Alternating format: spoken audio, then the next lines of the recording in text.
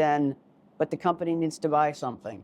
How does that work? Well, I may lend the company to the money to do that. So you need to capture how that's going to work. If I contribute more than I expected to contribute, does that become a loan? Yeah. And yeah, sure it does. And that's an easy way to address it, because then the company just pays me back and then we split things according to our split. So that's another very important thing that can happen. The third thing is we may grow and decide we want to take... Hey, welcome back to the Cash Flow Podcast with me, Pam Prior. Glad to have you here, where we talk about everything money related in your business. So without further ado, let's hop right in. Welcome back to the Cash Flow Podcast. As you are listening to this, we are live at Podcast Movement. So if you're there listening to this, look for our booth. It's a combined booth with Priorities Group and Difference Press, and we've got some fun stuff happening over here that you definitely want to see. And if you're a listener, I would love to meet you in person. So that's the first thing. For our segments today, we're going to start with something very important for business owners to know. The government has put a law in place that could land you in jail if you don't comply. And 83% of the small businesses out there who could land in jail or be fined $10,000 don't even know they're required to do this. So we're spreading the word. Second thing is we've got a great brew today from Ellicottville, Ellicottville, New York, Ellicottville Brewing Company. And it's a really fun one. So stay around, because the can is as much fun as the tasting's going to be. And then finally, in our segment where we are building our business together live and in front of you week by week, we're going to be diving into the nature of partnerships and what you need to make sure you do to stay protected if you're in partnership with anybody else. Not just stay protected, but thrive. So we look forward to seeing you, and we're going to jump right in now on how to keep you out of jail in our news segment.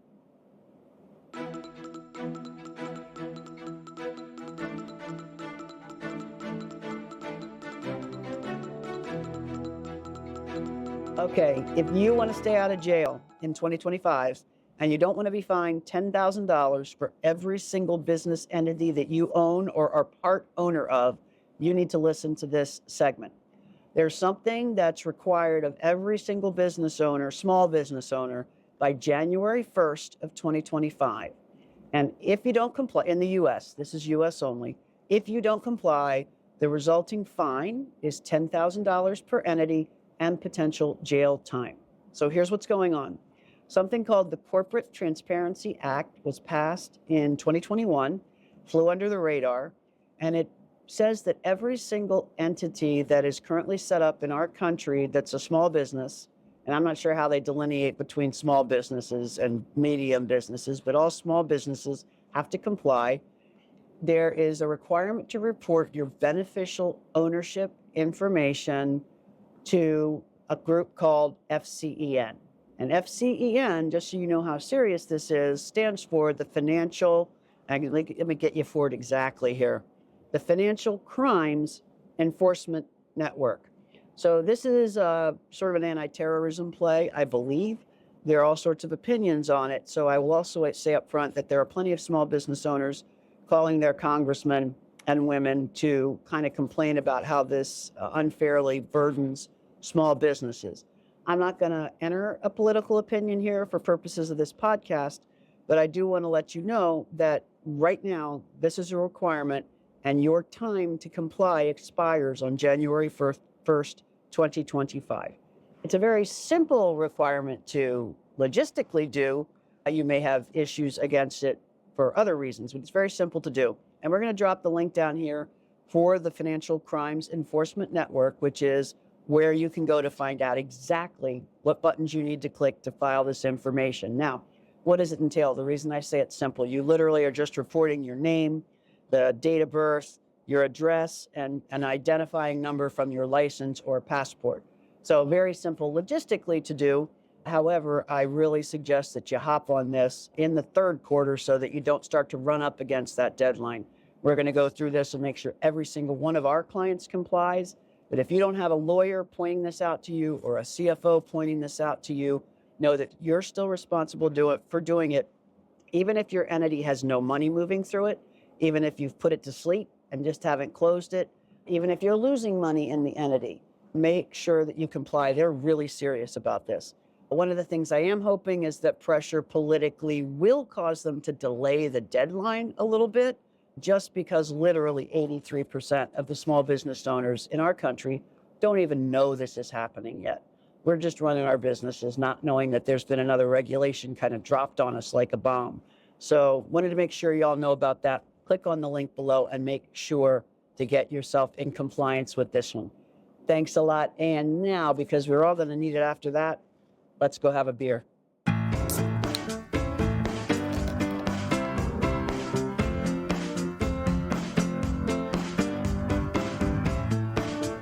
welcome to our brews section. This is a fun one, guys. So this is a company that is based in, and I always get this wrong, but Ellicottville, New York. I always want to call it Ellicottville, but it's Ellicottville, New York, by a gentleman named Peter Kreinheder. And the cool thing about Peter Kreinheder is he went to Colorado in 1995 and got really excited about the breweries there and came back home to New York and said, I want to do this here. In fact, it's been called the Colorado of the East because of what he's done.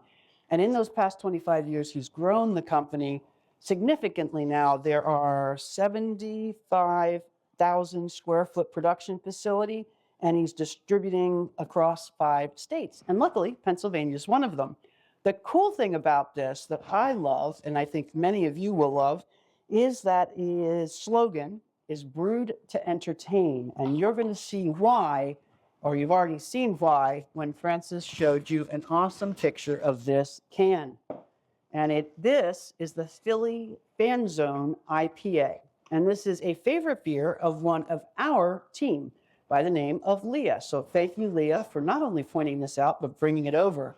Now, the interesting thing about this is Leah bought it because the can was cool, right?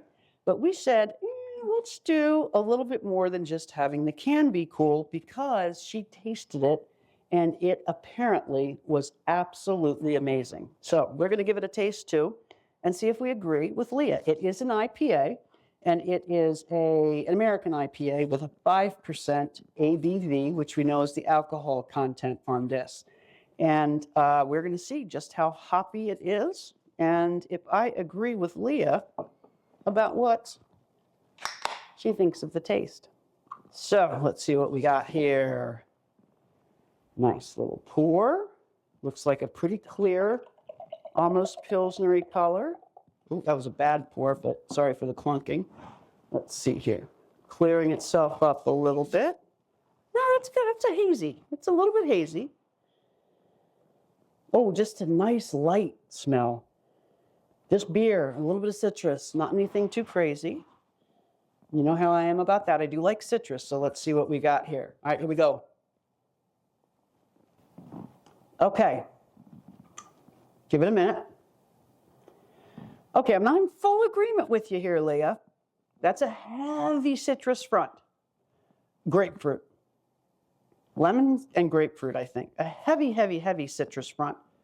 So much so that I don't actually get to the bitterness of the IPA. It's just the bitterness of the citrus, which is, it's grapefruit. It's definitely grapefruit. Francis, come try a sip, see what you think. Leah. I can smell the grapefruit. I don't like it. Yeah. Yeah, it's okay. Yeah, okay. Yeah, I get, yeah. So what is our P.B.K.P.I on this? Pam's KPI, we do 0 to 5. 5 is I'd hunt it down across the world. 0 is I'll never touch it again. Leah, my friend, I gotta give this one a 1. No, I'm gonna give it a 2. Smelly Sock Beer was a 1. So this is not Smelly Sock Beer. This is a 2, which means if it were the only beer in the place, I'd order it, basically.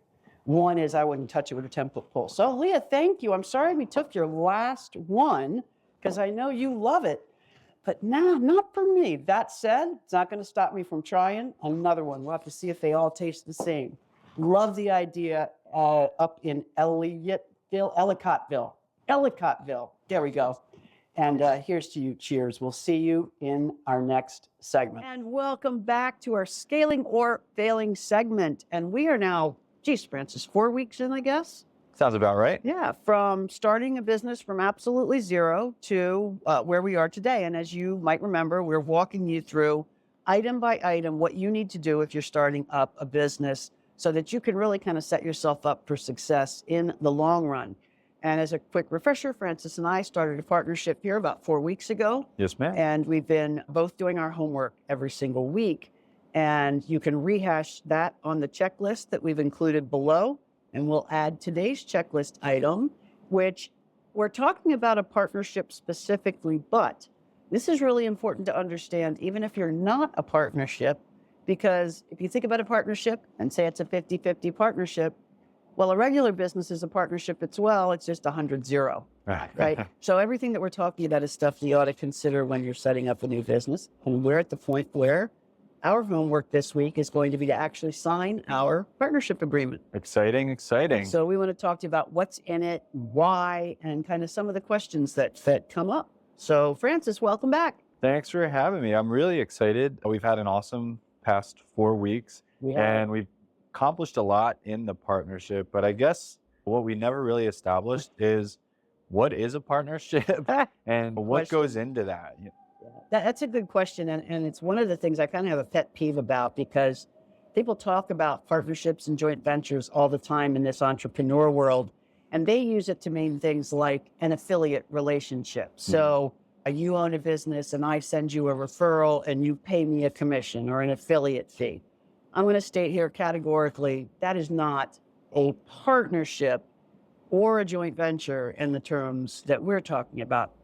What we're doing is saying, okay, there's this thing, and it might be just a particular revenue stream, or it might be we're buying a car together, or it might be a business that you're starting together, but that we jointly own. Okay. And that's what joint venture means. Not I own something and I'm going to give you a little something, or you own something and you're going to give me a little something, but we jointly own this thing. And in our particular case, just so people know, we've done 55-45, meaning Francis owns 55% of it and I own 45% of it. So a partnership, the way I define it, is to say two people or two entities, we happen to be people, own a portion of an asset. Okay. Okay, and the asset is this thing we're creating, which started at zero value. Gotcha. So I guess following that up, what are the benefits to going the JV route? What are the benefits to going a sole like partnership route? And what kind of other options are there? Are there other options besides just those two? And what was the thought process behind us choosing partnership? A partnership. That is really, really good and deep question, right? So if you think about it, when you're starting off on something, you've got a couple of options.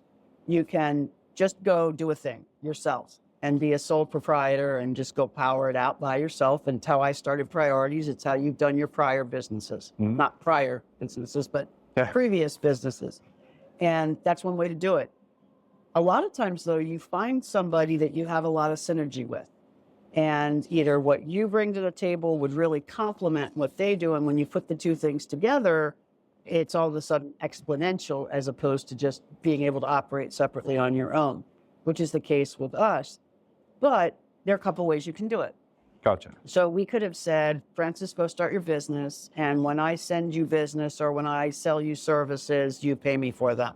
And that's kind of the affiliate type relationship. I was going to say, that sounds kind of like what you were talking about before. But you own it, right? You own it. You're the one whose assets are at risk. I can stop sending you people anytime I want to. I could stop providing you services anytime I want to. You just pay me a little money to do what I do. It's almost like I'm a vendor or a customer, I guess. And you pay, or vendor. You pay me, so I'm a vendor of yours. And that, to me, there's nothing wrong with that kind of relationship. We all have been in them, but it's not truly a partnership. So if you feel that with somebody else, that they're going to continue to bring value to the business and you're going to continue to bring value to the business in somewhat of an equal proportion, or however you decide to divide it, and that you enjoy working with them for a long time, or if they're a silent partner, you're happy with how they're a silent partner for a long time, then you want to really start getting somebody who's got skin in the game. Okay. And in our case, we knew that we had this really great synergy, and we knew we both wanted to have skin in the game. Like, we want to risk shit at the beginning and we want to be rewarded at the end. So If you're working with somebody who understands entrepreneurship and who really feels like understands the concept of you create these things to generate value, and you both want to put in the risk and the time to grow a thing, that to me warrants a conversation about a partnership. And so what we realized was, in our case, you had the talent and the time to do the thing, and I had some resources to put into the thing. And so I'm a little bit of a more passive partner, and you're the more active partner. So how do you sort that stuff out? Yeah. Right? So we kind of looked at it and said, okay, Francis is going to be putting time in, and that's very clearly the lion's share of the effort. So we said right off the bat, he's got to have a majority of the ownership, both to be able to make decisions about the business, but also because he's going to be working harder at it. However, I bring a few things to the table. One is some cash if we should need it. Two is the infrastructure we have in place here that we're leveraging, here being priorities, group cash flow, et cetera, which we're going to leverage to support Forward Press Media, FP. I keep wanting to say FP, but realize I should say the full name. And the third thing is like just the experience and all for coaching and helping. Like we've had some conversations around pricing. We've had some conversations around time limits and how to do contracts with clients and that kind of stuff. Relationship management. Relationship management, because we're 62 years old, 27 years old almost. Yeah. By the time people hear this, you will be 27. So happy birthday week. Thank you. And we talked about it and said, how do we think we should split this up? And after talking about all the pieces, decided it's really kind of 55-45. The things that's so important about that is when you make that determination, you're stuck with it. So I know it's so easy to go into a partnership and say, oh, let's just do it. Yeah. And I know so many people do, hey, we're going to just work together on this thing and we'll share whatever things is because we're great friends and we love each other and we'll never hurt each other. And all that is true. And I know that's not going to happen here, but things are going to change and grow and lives change and things that are important change. And you want to fully understand and document, especially in a good friendship, what's expected. Yeah. So that nobody's ever unclear on what we're doing here between the two of us or any partner that you have.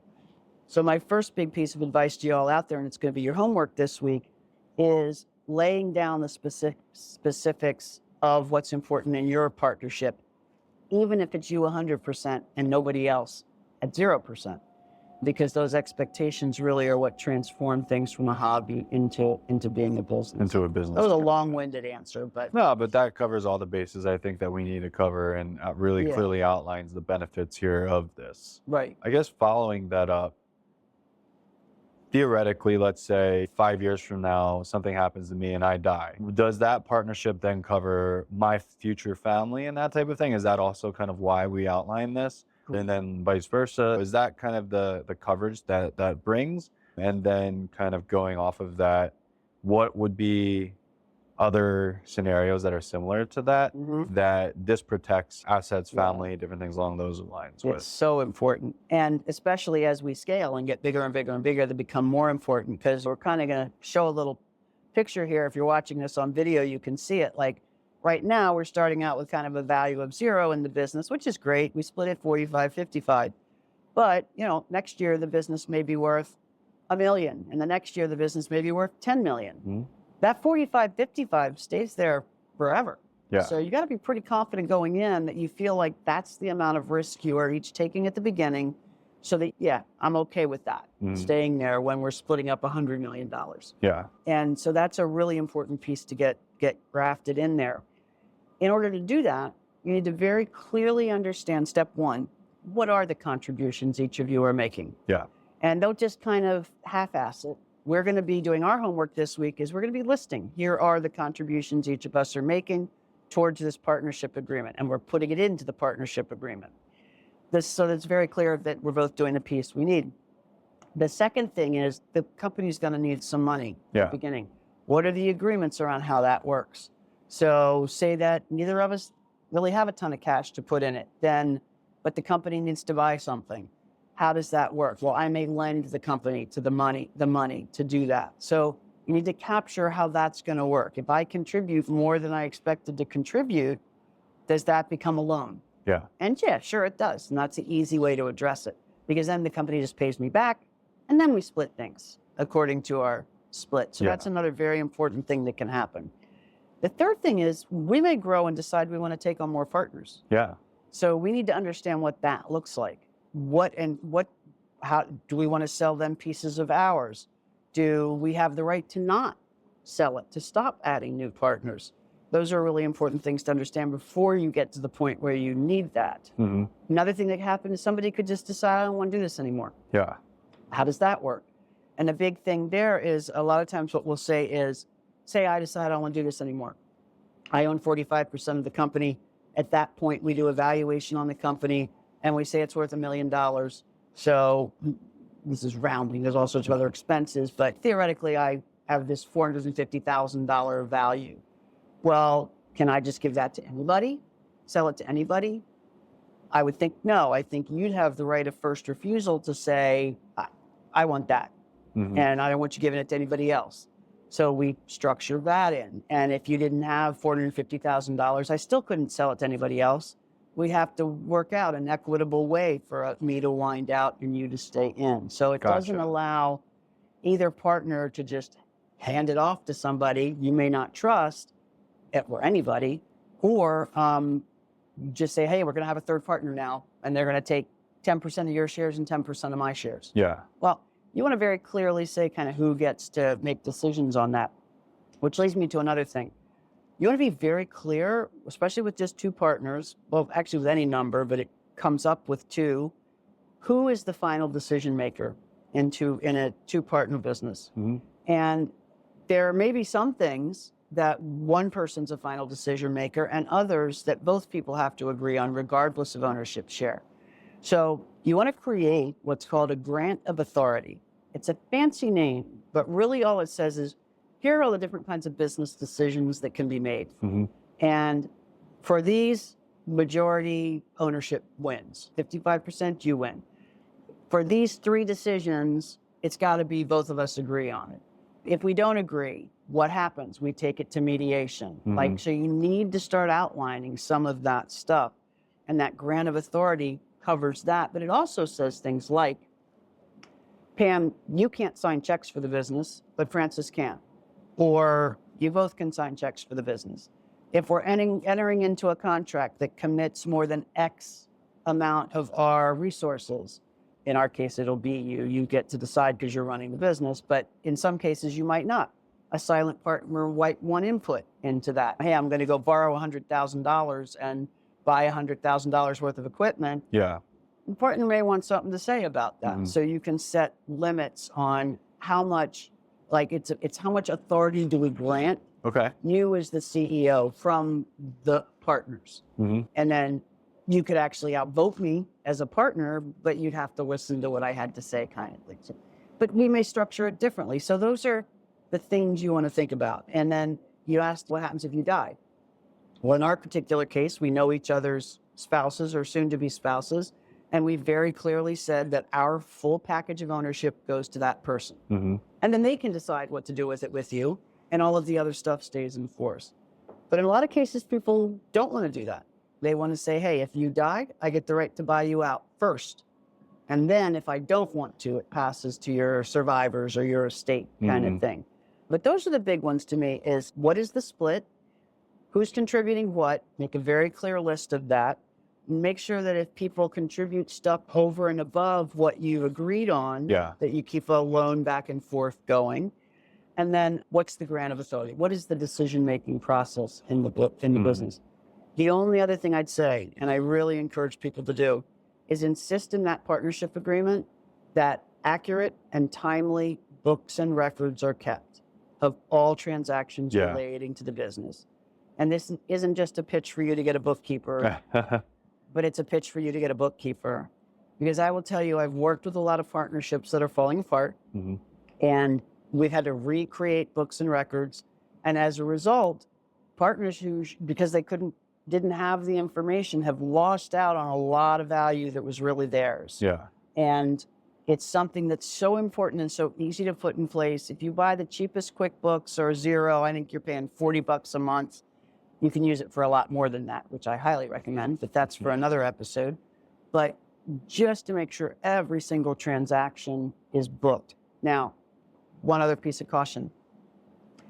During the beginning, you may be doing some stuff on your personal cards, or I may be doing some stuff on my personal cards that has to do with the business. Yeah. Even though that's not coming in through the business checking account, we want to keep track of it. So recently you had a Business dinner. And you put it on your own card. And that's because we didn't have the bank card yet. Yeah. And so I'm making sure that in the books and records of the business, it says the company owes Francis this money. So let's just say that we owe him $55 for that. Or let's say we owe him $60 for that dinner. It's a cheap dinner, gosh. Yeah. We owe him $60 for that dinner. And say we decide to dissolve the partnership tomorrow and there's $1,000 in the partnership. We want to make sure that we pay him back his $60 and then split the $940 that are left, right? So you always want to keep track of those kind of things, even if it's not necessarily in your checking account. Gotcha. That's really good to know. Yeah. One question I guess that came up throughout this particular session has been, is all of this pre-built into the agreement that you would want to have written out before you even sign any of this? Or is this kind of things that would be addendum and added on, or adjustments that are made throughout the development of the business? Great question. Initially, you want to put as much of it in as and the things that you certainly know are what's called rights of survivorship if something happens to either one of us. Yeah. What happens if you add new partners? You want that in the beginning, or if you want to add new partners, who has the final vote on things? Those are the three, and what's the split? Yeah. Those are the 3 or 4 I'd want to make sure are in there. And then finally, how you resolve disputes. Yeah.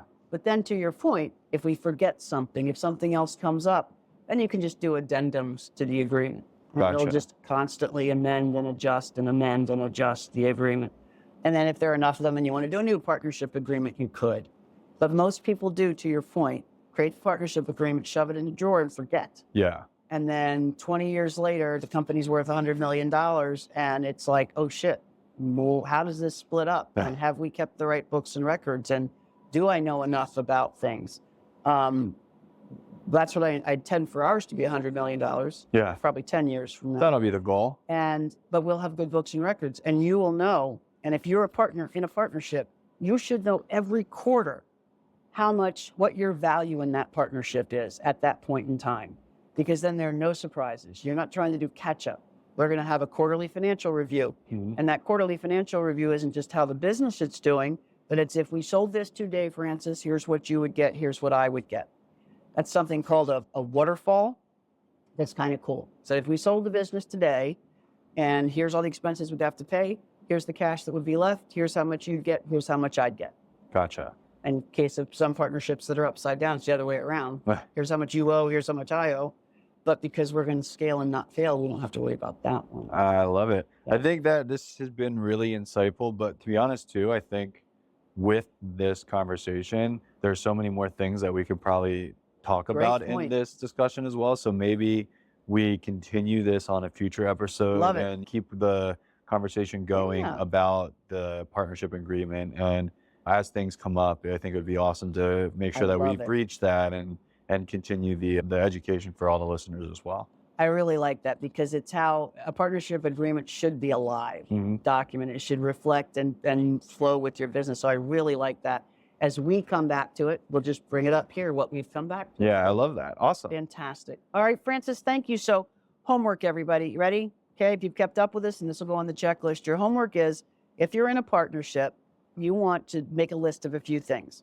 One is, how do you want to split the partnership up? What's the percentages?